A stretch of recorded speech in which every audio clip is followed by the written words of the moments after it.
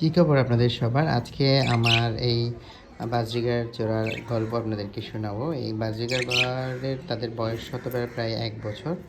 আমি নিয়েছিলাম, নেওয়ার পরে আমার কাছে ৩ বার ব্রিড করেছে। ৩ বারে মাশাআল্লাহ ৫ টা করে বাচ্চা তুলেছে, ১৫ টা বাচ্চা হয়েছে। আমি কিন্তু ৫ টা সেল করেছি, ৳২০০ করে একটা। আর একটাও সেল করিনি। আর ৫ টা আমার আছে, ওদের খামার করে রেখেছি। তো কয়েকদিন আগে আমি তাদেরকে রেস্ট দিয়েছিলাম। রেস্ট দেওয়াতে ছেড়ে দিয়েছিলাম আমি এই বাজরিগারটা, যেটা দেখতে পাচ্ছেন নীল কালারের। সো আর এখানে এটা নীল কালার যেটা দেখতে পাচ্ছেন সেটা ফিমেল, আর যেটা গ্রিন দেখতে পাচ্ছেন সেটা মেল।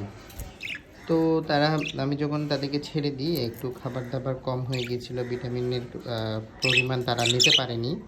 সো কয়দিন পরেই কী হয়েছে জানেন?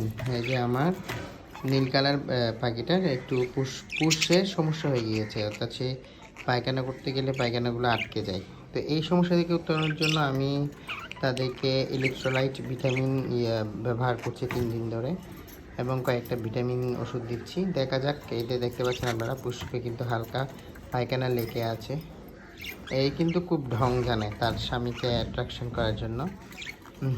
তারা তাদের ভালোবাসা আপনাদের সাথে শেয়ার করলাম আর কি। আপনাদের ভিডিওটি ভালো লেগে থাকলে অবশ্যই লাইক, কমেন্ট, শেয়ার করবেন। আর কি জানতে চান সেটা জানাবেন।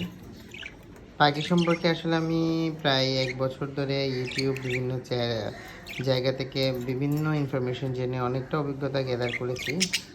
এখন দেখা যাক পাখিটা সুস্থ হয় কিনা, আবার ব্রিডে দিতে পারি কিনা। দোয়া করবেন সবাই, হ্যাঁ।